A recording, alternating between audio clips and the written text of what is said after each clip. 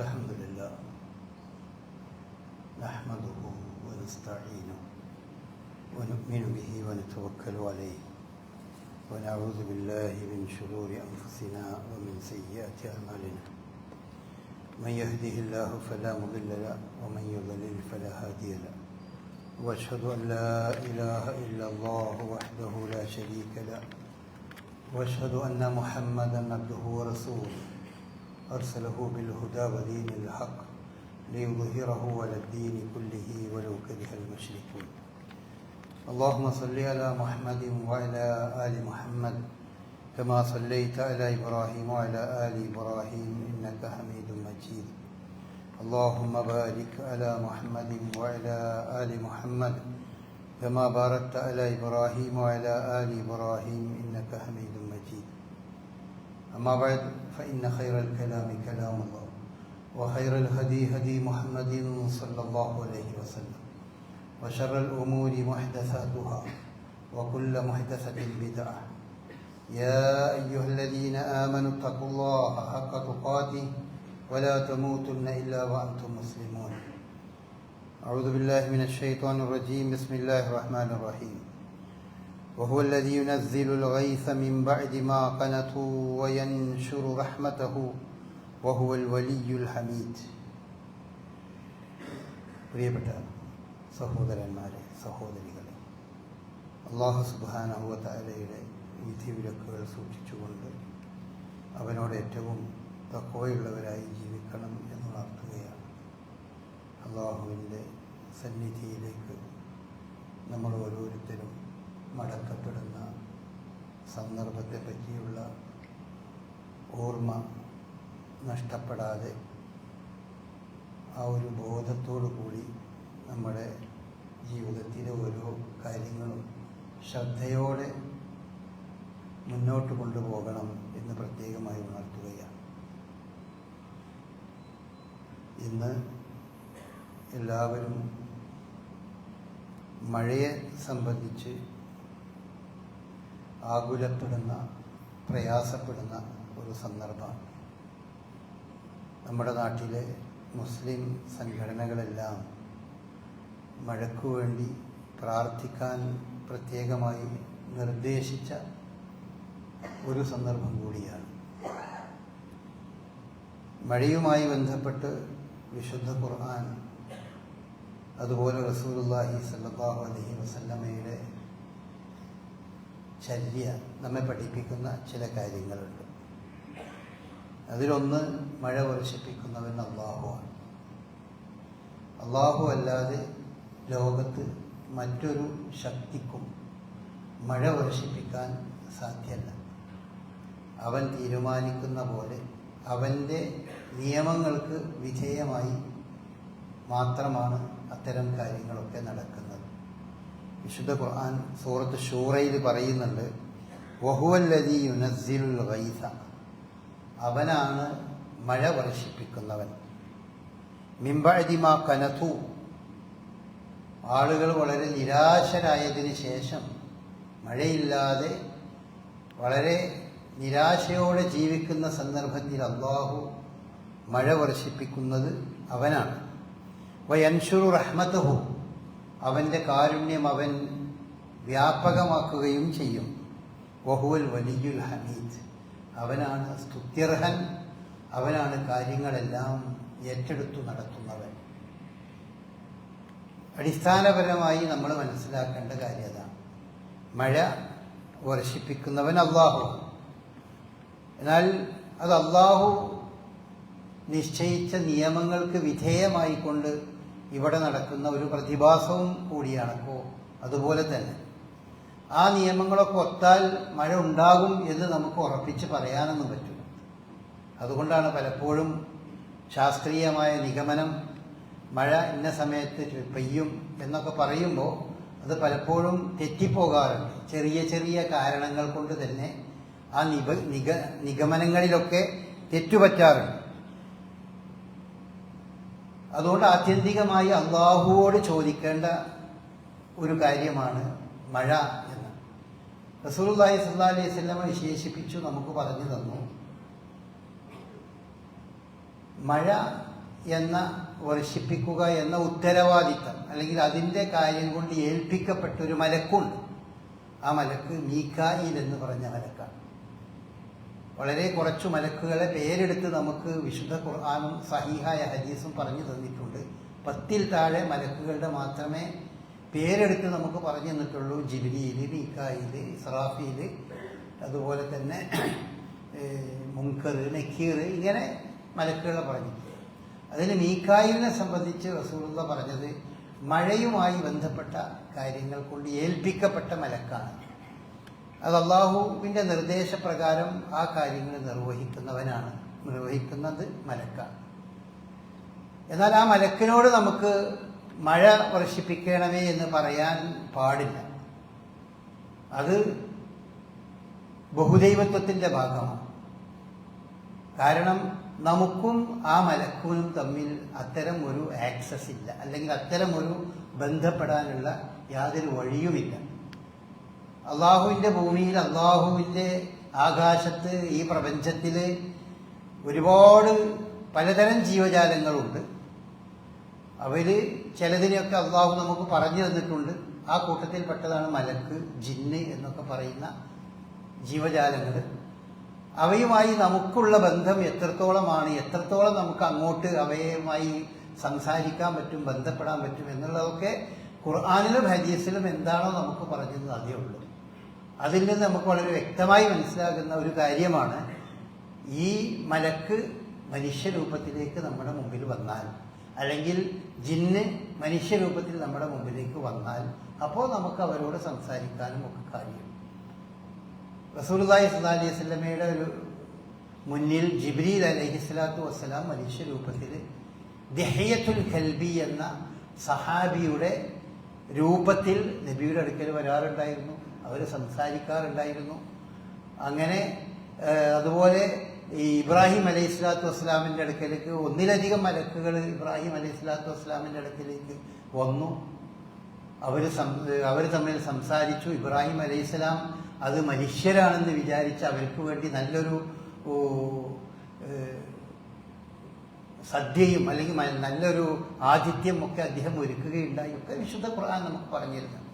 മറിയം അലൈഹിസ്സലാമിൻ്റെ അടുക്കലേക്ക് മലക്ക് രൂപത്തിൽ, മനുഷ്യരൂപത്തിൽ മലക്ക് വന്നു. മറിയം അലൈഹിസ്സലാം പറഞ്ഞു, നിങ്ങൾ എന്നെ ഉപദ്രവിക്കരുത്, മനുഷ്യനാണെന്ന് വിചാരിച്ച് ആ രീതിയിലൊക്കെ പറഞ്ഞു. അത് ആ സമയത്ത് സംസാരിക്കാനും കാര്യങ്ങൾ പറയാനും ഒക്കെ അവകാശമുണ്ട്. കാരണം അത് മനുഷ്യർ തമ്മിൽ ബന്ധപ്പെടാനുള്ള അവസരമുള്ള അവസ്ഥയാണ്. അതുപോലെ സുലൈമാൻ അലൈഹിസ്സലാമിൻ്റെ മുമ്പിൽ ജിന്നുകൾ അവരുടെ രൂപത്തിൽ നിന്ന് മാറി അദ്ദേഹത്തിന് അവരെ സംസാരിക്കാനും പറയുന്ന രീതിയൊക്കെ ഉണ്ടായിരുന്നു.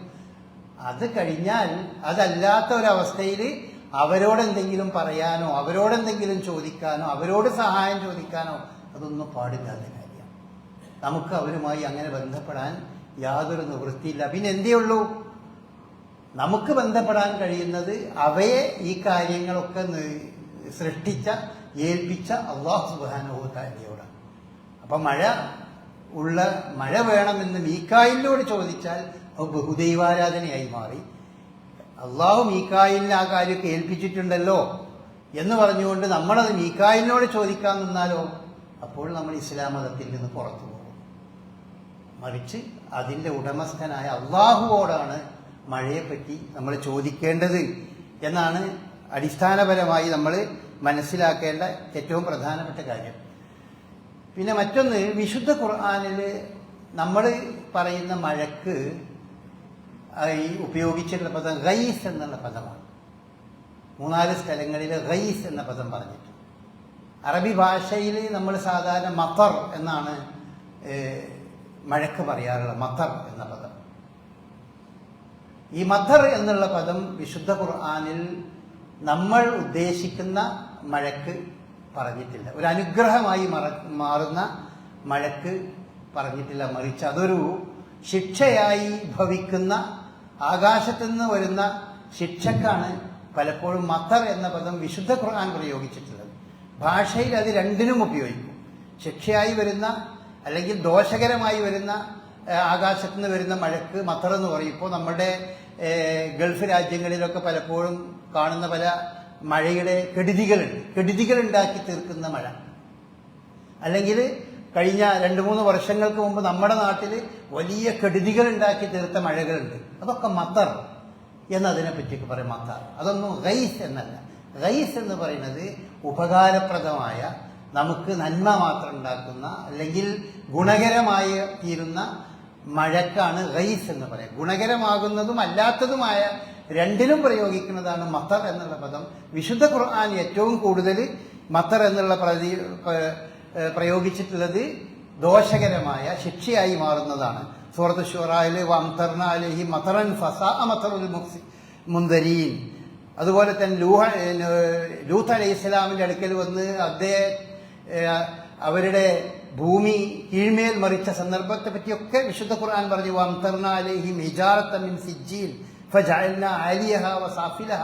മലായിക്കത്ത് അമ്പിയാക്കളുടെ കാലത്ത് അവർക്ക് വന്ന ശിക്ഷയൊക്കെ ശിക്ഷയായി ഭവിച്ച മഴയെ സംബന്ധിച്ചാണ് ഖുർആൻ മത്തർ എന്ന് പറയുന്നത്. ഏകദേശം 15 സ്ഥലത്ത് വിശുദ്ധ ഖുർആനെ പ്രയോഗിച്ചിട്ടുണ്ട്. ഒരു സ്ഥലത്ത് പോലും അത് നമ്മൾ ഇവിടെ ഉദ്ദേശിക്കുന്ന നല്ല ഗുണകരമായ ഇതിന് പ്രയോഗിക്കുന്നില്ല. പക്ഷേ ഹദീസ് ഗ്രന്ഥങ്ങളിൽ നമുക്ക് ആ പ്രയോഗം രണ്ടും കാണാൻ പറ്റും. റസൂലുള്ളാഹി സ്വല്ലല്ലാഹു അലൈഹി വസല്ലമ ഒരിക്കലും റസൂലുള്ള പറയുണ്ടായി, മുത്തിർനാ ബി ഫളില്ല വറഹ്മത്തിഹി, അള്ളാഹുവിന്റെ അനുഗ്രഹവും അള്ളാഹുവിന്റെ റഹ്മത്ത് കൊണ്ടും മഴ ലഭിക്കുന്നു എന്ന് പറയുന്ന ആളുകളുണ്ട്. അവർക്ക് സന്തോഷവാർത്ത അറിയിക്കുക.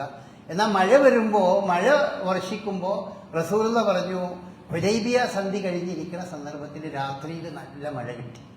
അപ്പോൾ റസൂലുള്ളാഹി സ്വല്ലല്ലാഹു അലൈഹി വസല്ലം പറഞ്ഞു, അള്ളാഹു പറയുകയാണ്. അള്ളാഹുവിൽ നിന്ന് റസൂലുള്ള എടുത്ത് ഉദ്ധരിച്ചുകൊണ്ട് പറഞ്ഞു, ഇന്നലെ പെയ്ത മഴ കുറേ മനുഷ്യന്മാർ ബഹുദൈവാരാധകരായി മാറി, വേറെ കുറേ മനുഷ്യന്മാർ അതൊരു ഏകദൈവാരാധനയുടെ ഭാഗമായി മാറി.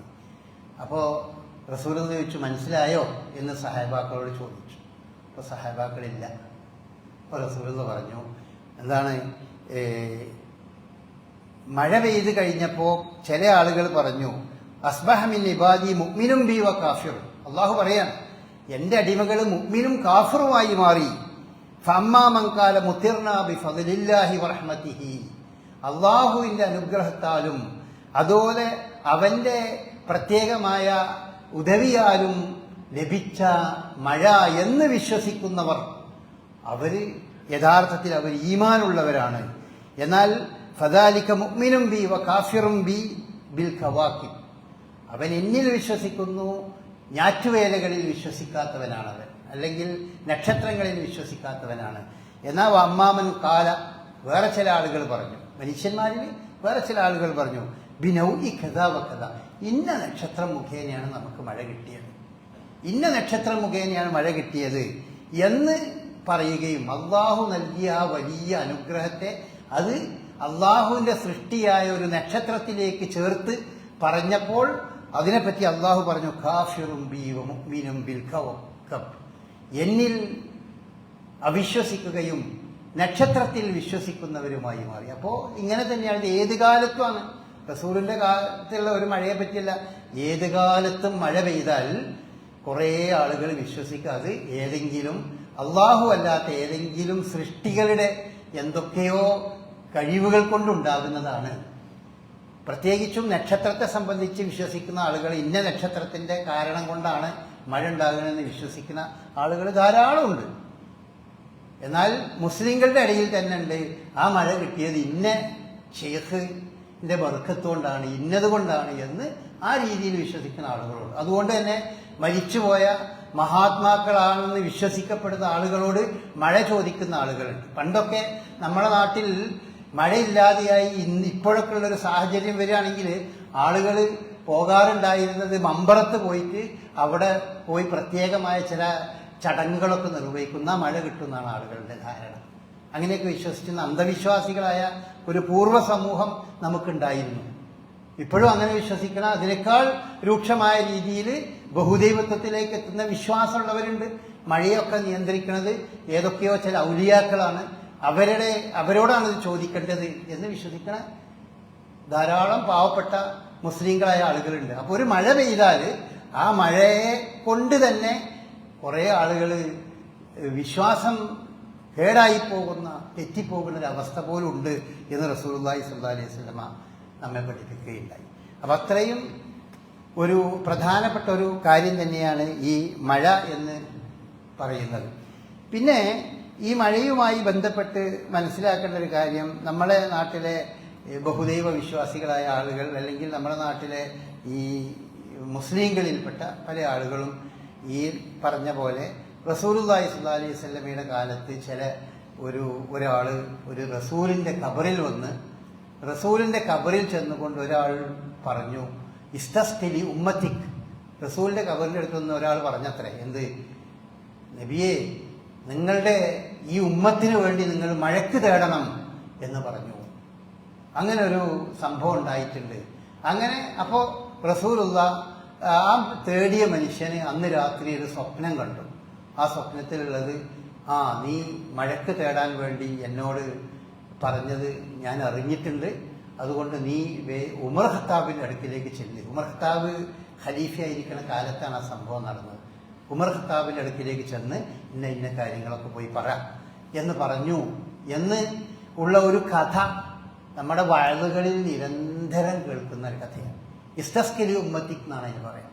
ഇസ്തസ്ഖിലി ഉമ്മത്തിക്, നിന്റെ ഉമ്മത്തിന് വേണ്ടി നിങ്ങൾ മഴയ്ക്ക് തേടണമെന്ന്. അതുകൊണ്ട് പല ആളുകളും വിശ്വസിക്കുകയും ധരിക്കുകയും ചെയ്യുന്നത് നബി സല്ലല്ലാഹു അലൈഹി വസല്ലമയുടെ ഖബറിങ്ങലോ നബിയോടോ ചെന്ന് മഴയ്ക്ക് വേണ്ടി തേടിയാൽ അതുകൊണ്ട് ഫലം കിട്ടും, കിനാവ് കാണും, ഞങ്ങളങ്ങനെ കിനാവ് കണ്ടു, അങ്ങനെ ഞങ്ങൾ ഇങ്ങനെ ചെയ്തു എന്നൊക്കെ വലുത് പറയുന്ന ധാരാളം കളവ് പ്രചരിപ്പിക്കുന്ന ആളുകൾ യഥാർത്ഥത്തിലുണ്ട്. പക്ഷെ അങ്ങനെ ഒരു സംഭവം സഹീഹായ രീതിയിൽ റിപ്പോർട്ട് ചെയ്യപ്പെട്ടിട്ടില്ല. കള്ളന്മാരായ ചില ആളുകളിൽ നിന്ന് ഉള്ള റിപ്പോർട്ടാണ് ഈ പറഞ്ഞിട്ടുള്ളത്, ഈ പറഞ്ഞ കഥകളൊക്കെ ഇസ്തസ്ഖിലി ഉമ്മത്തിക്ക് എന്നൊക്കെ പറയുന്നത്. അപ്പോൾ ഒരിക്കലും നമ്മുടെ വിശ്വാസത്തെ അങ്ങോട്ടും ഇങ്ങോട്ടും കൊണ്ടുപോകാൻ ഈ മഴയില്ലായ്മയും മഴ പെയ്യലും ഒരിക്കലും ഒരു കാരണമാകാൻ പാടില്ല. പിന്നെ റസൂലുള്ളാഹി സ്വല്ലല്ലാഹി അലൈഹി വസല്ലമ ഈ മഴയില്ലാത്ത സന്ദർഭത്തിൽ 2 കാര്യങ്ങൾ ആണ് പ്രധാനമായി ചെയ്തിരുന്നത്. ഒന്ന്, റസൂലുള്ള ഖുത്ബ പറഞ്ഞുകൊണ്ടിരിക്കുമ്പോൾ ഒരാൾ എഴുന്നേറ്റ് നിന്ന് പറഞ്ഞു, നബിയെ, വളരെയധികം വരൾച്ച ബാധിച്ചിട്ടുണ്ട്, വലിയ കെടുതികളുണ്ട്, മഴയില്ലാത്തത് കൊണ്ട് വലിയ കെടുതികളുണ്ട്, അതുകൊണ്ടൊന്ന് പ്രാർത്ഥിക്കണം എന്ന് റസൂലുള്ള പറഞ്ഞു. അപ്പോൾ റസൂലുള്ളാഹി സ്വല്ലല്ലാഹി അലൈഹി വസല്ലമ പ്രാർത്ഥിച്ചു. അങ്ങനെ അവർക്ക് നല്ല മഴ കിട്ടി. പിന്നെ മഴയുടെ പ്രയാസങ്ങൾ പറഞ്ഞുകൊണ്ട് അതേ മനുഷ്യൻ കുറച്ചു നാളുകൾ കഴിഞ്ഞതിന് ശേഷം റസൂലിൻ്റെ അടുക്കൽ വന്നു. റസൂലുള്ള അപ്പോഴും റസൂലുള്ള പ്രാർത്ഥിച്ചു. അങ്ങനെ അതിനൊക്കെ ഒരു ശമനമൊക്കെ ഉണ്ടായി എന്നുള്ള സംഭവമുണ്ട്. അതൊരു സംഭവമല്ല, ഇങ്ങനെ നിരന്തരം ഒരുപാട് സന്ദർഭത്തിൽ റസൂലുള്ളാഹി സ്വല്ലല്ലാഹി അലൈഹി വസല്ലമയുടെ ആളുകൾ വന്ന് മഴയില്ലാത്ത കാര്യങ്ങൾ പറയുമ്പോൾ റസൂലുള്ള അവിടെ പ്രാർത്ഥിക്കും. ചിലപ്പോൾ മിമ്പറിൽ നിന്ന് തന്നെ പ്രാർത്ഥിച്ചിട്ടുണ്ട്, അല്ലാതെയും പ്രാർത്ഥിച്ചിട്ടുണ്ട്. അല്ലാതെ അപ്പൊ പ്രാർത്ഥിക്കുക എന്നുള്ളതാണ് ഒന്നാമത്തെ സംഭവം. പിന്നെ രണ്ടാമത്തെ ഒരു സംഭവം, മഴയില്ലാത്തത് കൊണ്ട് വലിയ കെടുതിയിലകപ്പെടുന്ന ഒരു സന്ദർഭത്തിൽ മഴയ്ക്ക് വേണ്ടിയുള്ള ഒരു നമസ്കാരം. അതിപ്പോൾ മഴയില്ലാത്ത നമ്മുടെ നാട്ടിലൊന്നും ഏതായാലും അങ്ങനത്തെ ഒരു സാഹചര്യം ഉണ്ട് എന്ന് നമ്മൾ വിചാരിക്കരുത്. കാരണം നമ്മുടെ നാട്ടിൽ, നമ്മുടെ നാടിൻ്റെ പരിസരത്തിലൂടി പുഴയൊഴുകുന്നുണ്ട്, അതുപോലെ കിണറുകളുണ്ട്, അതിലൊക്കെ വെള്ളമുണ്ട്. നമുക്ക് സാധാരണ രീതിയിൽ മഴ ലഭിക്കാവുന്ന ഒരു സമയം തന്നെ വരുന്നേ ഉള്ളൂ. പക്ഷേ ഈ പ്രാവശ്യം നല്ല ചൂടുള്ളത് കൊണ്ട് നമുക്കതിൻ്റെ കെടുതികളും പ്രയാസമൊക്കെ ബുദ്ധിമുട്ടൊക്കെ ഉണ്ട്. അതുകൊണ്ട് നമുക്ക് മഴയ്ക്ക് വേണ്ടി പ്രാർത്ഥിക്കുകയൊക്കെ ചെയ്യേണ്ടതുണ്ട്. പല ആളുകളും ചോദിച്ചു, എന്താണ് നമ്മൾ മഴയ്ക്ക് വേണ്ടി നിസ്കരിക്കാനായിട്ടില്ലേ സമയം എന്നൊക്കെ ചോദിക്കാറുണ്ട് പല ആളുകൾ. മഴയ്ക്ക് വേണ്ടിയുള്ള നിസ്കാരം എന്ന് പറഞ്ഞാൽ അതെന്താണ്? പള്ളിയിൽ വെച്ച് നിസ്കരിക്കണ നിസ്കാരമല്ല.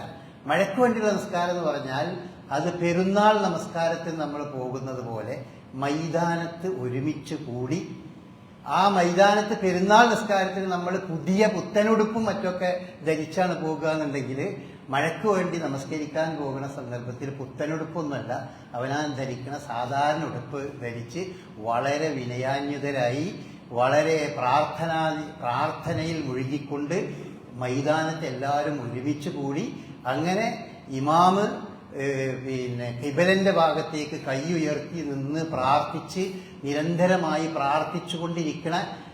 എന്നിട്ട് അതിനുശേഷം അവിടെ 2 റക്അത്ത് നമസ്കരിക്കുക. 2 റക്അത്ത് നമസ്കരിക്കുക. അങ്ങനെ നടത്തുന്ന ഒരു പ്രാർത്ഥനയും നമസ്കാരവുമാണ് യഥാർത്ഥത്തിൽ മഴയ്ക്ക് വേണ്ടിയുള്ള നമസ്കാരം എന്ന് പറയുന്നത്. അപ്പം അങ്ങനത്തെ നമസ്കാരം എന്ന് പറയുന്നത് റസൂലുള്ളാഹി സ്വല്ലല്ലാഹി അലൈഹി വസല്ലമ ഒരു സന്ദർഭത്തിൽ അങ്ങനെ നിർവഹിച്ചിട്ടുണ്ട്. അത് കഠിനമായ വരൾച്ച ബാധിക്കുന്ന സമയത്താണ്. ലോകത്തിന്റെ പല ഭാഗങ്ങളിലും വർഷങ്ങളായി മഴ ലഭിക്കാത്ത പല ഭാഗങ്ങളും, ഇപ്പോൾ ആഫ്രിക്കൻ രാജ്യങ്ങളിലൊക്കെ ചില രാജ്യങ്ങളെ പറ്റി വായിച്ചു നോക്കിയാൽ നമുക്കറിയാം 3 വർഷമായിട്ട് മഴയില്ല, 4 വർഷം 5 വർഷമായിട്ട് മഴയില്ല. ഒന്ന് ആലോചിച്ച് നോക്കി നിങ്ങൾ, 4-5 വർഷമായിട്ട് മഴ തന്നെ കിട്ടാത്ത ഒരു പ്രദേശത്തിന്റെ അവസ്ഥ എങ്ങനെയായിരിക്കും? അപ്പം അങ്ങനത്തെ ഒരുപാട് അത്തരം പ്രദേശങ്ങളൊക്കെ ലോകത്ത് പല ഭാഗങ്ങളിലുണ്ട്. ഇന്ത്യയിൽ തന്നെ പല പ്രദേശങ്ങളിലും വരൾച്ചയും അതുപോലെ മഴ കിട്ടാത്ത അതിൻ്റെ കെടുതികൾ അനുഭവിക്കുന്ന പല പ്രദേശങ്ങളുണ്ട്. അതുപോലെ കേരളത്തിലും തന്നെ പല പാലക്കാട് ഭാഗങ്ങളൊക്കെ നമ്മുടെ നാടിനൊക്കെ അപേക്ഷിച്ച് നോക്കുമ്പോൾ നമ്മളൊരു വലിയ അനുഗ്രഹത്തിലാണ്. നമുക്ക് ഈ പുഴയും മറ്റ് വെള്ളവും സൗകര്യവും ഒക്കെ നമുക്കുണ്ടല്ലോ. അപ്പോൾ അതൊന്നുമില്ലാത്ത അത്തരം ഒരു ഘട്ടത്തിൽ ഒരു വലിയ പ്രശ്നമായി മാറുന്ന സന്ദർഭത്തിൽ നടത്തുന്ന പ്രത്യേകമായ നമസ്കാരമാണ് മഴയ്ക്ക് വേണ്ടിയുള്ള നമസ്കാരം എന്ന് പറയുന്നത്. അത് പെരുന്നാൾ നമസ്കാരത്തിന് നമ്മൾ പോകുന്നത് പോലെ എല്ലാവരും, സ്ത്രീകളും കുട്ടികളും എല്ലാവരും പോയി മൈതാനത്ത് നിസ്കരിക്കണം. അത് റസൂലുള്ള പള്ളിയിൽ നല്ല നിസ്കരിച്ചത് മൈതാനത്താണ്. അങ്ങനത്തെ ആ രീതിയിലുള്ള നമസ്കാരം, അതും ഈ മഴയുമായി ബന്ധപ്പെട്ട നമസ്കാരം തന്നെയാണ്. അതാണ് മഴയ്ക്ക് വേണ്ടിയുള്ള നമസ്കാരം എന്ന് പറയുന്നത്. അപ്പം അങ്ങനെ ഒരു നമസ്കാരം നിർവഹിക്കാവുന്ന സാഹചര്യമൊന്നും നമ്മളുടെ ഇവിടെ ഇല്ല. പക്ഷേ നമ്മൾക്ക് റസൂലുള്ളാഹി സ്വല്ലല്ലാഹി അലൈഹി വസല്ലം ഇടയ്ക്കിടയ്ക്ക് ചെയ്യാറുള്ളത് പോലെ പ്രത്യേകമായി നമ്മൾ പ്രാർത്ഥിക്കേണ്ടതുണ്ട്. മഴയ്ക്ക് വേണ്ടി നമ്മൾ പ്രാർത്ഥിക്കണം. നമുക്ക് പള്ളിയിൽ വെച്ച് മിമ്പറിൽ വെച്ചൊക്കെ നമ്മൾ പ്രാർത്ഥിക്കേണ്ടതുണ്ട്. ആ പ്രാർത്ഥിക്കുമ്പോൾ ശ്രദ്ധിക്കേണ്ട സംഗതികൾ എന്താണെന്ന് വെച്ചാൽ കൈ ഉയർത്തിയിട്ടാണ് പ്രാർത്ഥിക്കേണ്ടത്. അപ്പം ഇൻഷാ അല്ലാഹ് നമ്മൾ ഇന്ന് ഇവിടെ മഴയ്ക്ക് വേണ്ടി പ്രാർത്ഥിക്കും. എല്ലാവരും, ആണും പെണ്ണും എല്ലാവരും കൈ ഉയർത്തിയിട്ട് ആണ് പ്രാർത്ഥിക്കുന്നത്. റസൂലുള്ളാഹി സ്വല്ലല്ലാഹി അലൈഹി വസല്ലമ ഈ മിമ്പറിൽ വെച്ച് പ്രാർത്ഥിക്കുന്ന സന്ദർഭത്തിൽ, മഴയ്ക്ക് വേണ്ടി പ്രാർത്ഥിക്കുന്ന സമയത്ത് എല്ലാവരും കൈ ഉയർത്തി നിന്നുകൊണ്ടാണ് പ്രാർത്ഥിച്ചിട്ടുള്ളത്.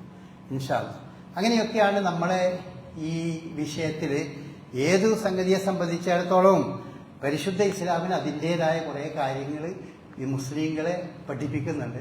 അതിൽ ഏറ്റവും പ്രധാനപ്പെട്ട സംഗതി, നമ്മൾ ഉൾക്കൊള്ളേണ്ട സംഗതികൾ എന്താണ്?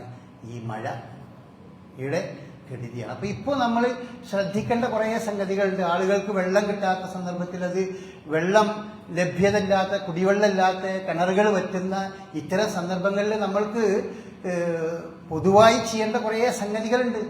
മറ്റുള്ള ആളുകൾക്ക് അത് എത്തിച്ചു കൊടുക്കാനും അതിനുവേണ്ടി ശ്രമിക്കാനും അങ്ങനത്തെ കുറേ സാമൂഹ്യ ബാധ്യതകൾ നമ്മെ സംബന്ധിച്ചിടത്തോളം അത്തരം കാര്യങ്ങൾക്ക് പ്രത്യേകം നമ്മൾ ശ്രദ്ധിക്കുക. അല്ലാഹു അനുഗ്രഹിക്കുമാറാകട്ടെ.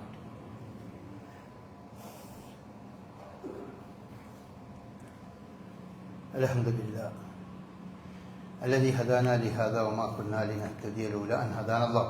اللهم صل على محمد وعلى آل محمد كما صليت على إبراهيم وعلى آل إبراهيم إنك حميد مجيد. أما بعد, ഈ ചൂട് കഠിനമാകുന്ന സന്ദർഭത്തിൽ ഇപ്പോൾ നിങ്ങൾ പത്രത്തിലൊക്കെ വായിച്ചു, ഉഷ്ണ ആധിക്യം കൊണ്ട് മരണപ്പെടുന്ന അവസ്ഥയൊക്കെ ഉണ്ട്. അപ്പോൾ പല ആളുകൾക്കും ജോലിക്ക് പോകാനൊന്നും സാധിക്കാത്ത രീതിയിലുള്ള ചൂട് നമുക്ക് ഈ പ്രാവശ്യം അനുഭവപ്പെട്ടിട്ടുണ്ട്.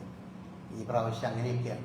അപ്പോൾ അതുകൊണ്ട് നമ്മുടെ ചുറ്റുമുള്ള ആളുകളുടെ അവസ്ഥകളൊക്കെ നമ്മളൊന്ന് അന്വേഷിക്കണം, പഠിക്കണം, മനസ്സിലാക്കണം. ഞാനും എൻ്റെ കുടുംബം, കുട്ടികളും കെട്ടിയവരും മാത്രം ഇങ്ങനെ സുഖമായി ഇങ്ങനെ ജീവിച്ചു പോവുക, ചുറ്റുവട്ടം എന്തെങ്കിലും ആകട്ടെ എന്നൊരു മനോഭാവം അതൊരു മുസ്ലിമിൻ്റെ മനസ്സിലുണ്ടാകേണ്ട സംഗതിയല്ല. മറിച്ച് റസൂലുള്ളാഹി സ്വല്ലല്ലാഹി അലൈഹി വസല്ലം പറഞ്ഞല്ലോ, അയൽവാസി പട്ടിണി കിടക്കുമ്പോൾ വയറ് നിറച്ചുകൊണ്ടുന്നവൻ നമ്മിൽപ്പെട്ടവനല്ല എന്ന് പറഞ്ഞാൽ ഈ അയൽവാസിനെ പറ്റി അവന് ബോധ്യമാണല്ലോ. എന്താണ് അയൽവാസിൻ്റെ അവസ്ഥ എന്ന് അവൻ അറിയണമല്ലോ. റസൂലുള്ളാഹി സ്വല്ലല്ലാഹി അലൈഹി വസല്ലം മയ്യത്ത് നിസ്കരിക്കുകയാണെങ്കിൽ റസൂലുള്ള ചോദിക്കും, ഇയാൾക്ക് വല്ല കടമുണ്ടോ എന്ന് റസൂൽ ചോദിക്കും. അപ്പം അങ്ങനെ ചോദിക്കണമെങ്കിൽ ആ മനുഷ്യന്റെ കടത്തെ പറ്റി അയാൾ മാത്രം അറിയാം, വേറെ ആരും അറിയാത്ത അവസ്ഥ അതില്ല. അപ്പോൾ ആളുകൾ, നമ്മൾ ഹദീസുകളിൽ കാണുന്നതൊക്കെ ആളുകൾ ചിലപ്പോൾ ഇല്ല, അയാൾക്ക് ഒരു കടമില്ല. വേറെ ചില ആളുകൾ ഒരു കടമുണ്ട്, പക്ഷെ അയാൾക്ക് കുറച്ച് സ്വത്തും കാര്യങ്ങളൊക്കെ ഉണ്ട്. വേറെ ചില സന്ദർഭങ്ങളിൽ നമുക്ക് കണ്ടത് കടമുണ്ട് നബിയെ അത് വീട്ടിയിട്ടില്ല എന്ന് പറയുന്നുണ്ട്. അപ്പോഴാണ് നബി സല്ലല്ലാഹു അലൈഹി വസല്ലമ പറയുന്നത്, എന്നാൽ നിങ്ങളാരെങ്കിലും അത് ഏറ്റെടുക്കണം എന്നൊക്കെ പറയണം. അപ്പം അതിൻ്റെ അർത്ഥം ഈ മനുഷ്യൻ ഒറ്റയ്ക്ക് ഇങ്ങനെ ജീവിക്കുന്ന ആളല്ല, ഇയാളെ പറ്റി ബാക്കിയുള്ളവർ അറിയണം, മനസ്സിലാക്കണം.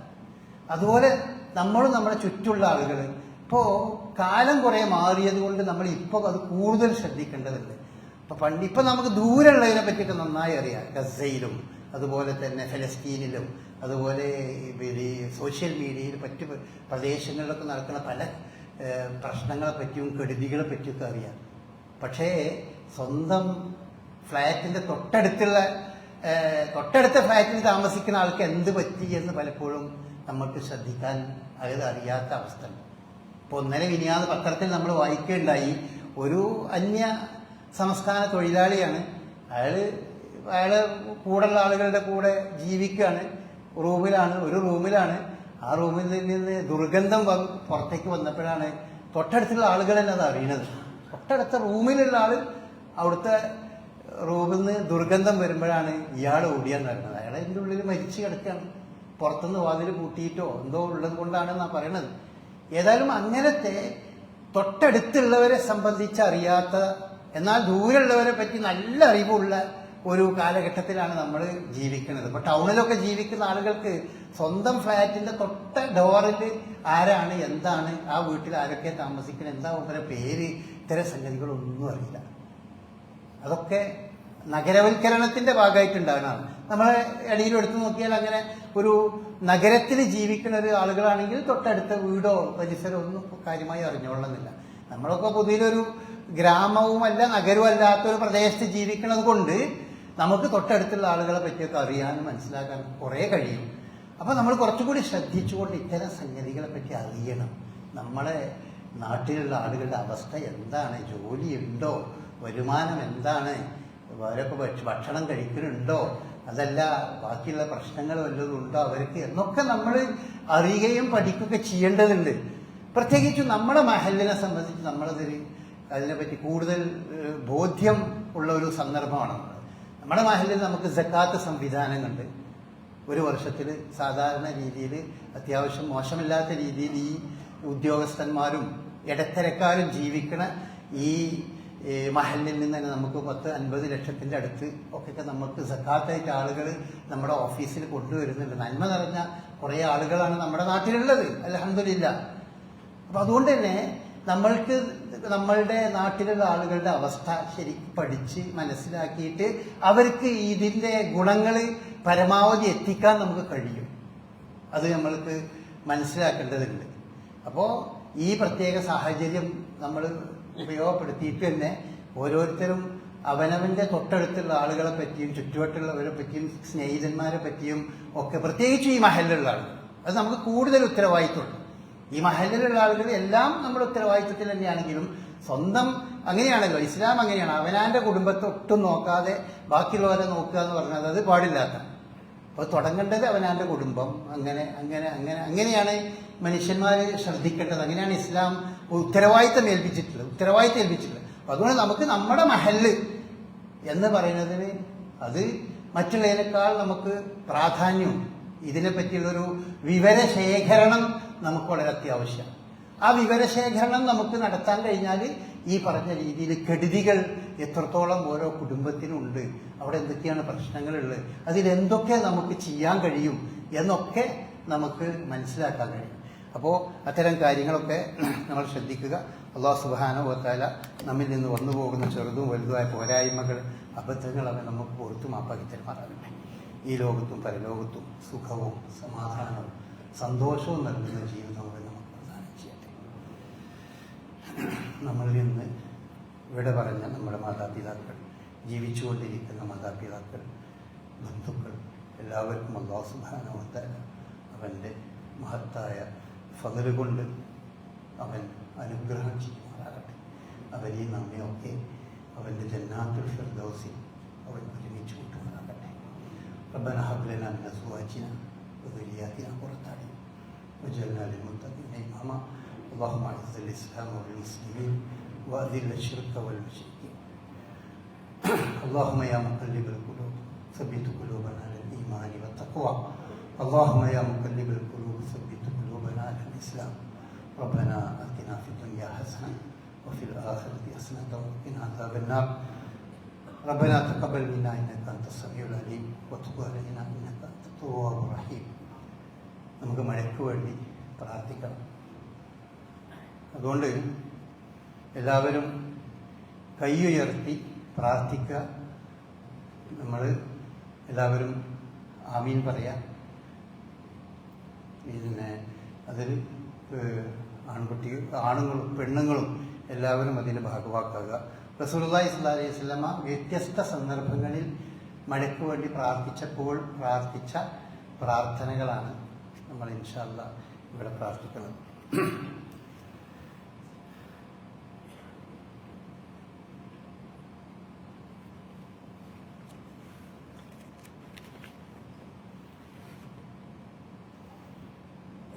اللهم اسقنا غيثا مغيثا مريئا مريعا نافعا غير ضار عاجلا غير آجل اللهم اسقنا اللهم اسقنا اللهم اسقنا اللهم أغثنا اللهم أغثنا اللهم أغثنا اللهم اسقنا غيثا مريئا مريعا تبقا عاجلا غير رائب نافعا غير ضار اللهم لا تجعلنا من القانتين اللهم اسقنا من بركات السماء والأرض اللهم أرسل السماء علينا مدرارا اللهم أنت الله لا إله إلا أنت الغني ونحن الفقراء أنزل علينا الغيث اللهم صيبنا مطرا وافرا اللهم صيبنا غيثا مباركا اللهم لا تجعلنا من القانتين اللهم اسقنا من بركات السماء اللهم أرسل السماء علينا مدرارا اللهم أغثنا اللهم صيبنا اللهم أسقنا اللهم اسقنا غيثا مغيثا مريئا مريعا نافعا غير ضار عاجلا غير عاجل ربنا آتنا في الدنيا حسنة وفي الآخرة حسنة وقنا عذاب النار اللهم تقبل منا اللهم تقبل منا اللهم أجرنا من النار اللهم أجرنا من النار اللهم أجرنا من النار ربنا تقبل منا إنك أنت السميع العليم وتب علينا إنك أنت التواب الرحيم وآخر دعوانا أن الحمد لله رب العالمين وصلى الله على نبينا محمد.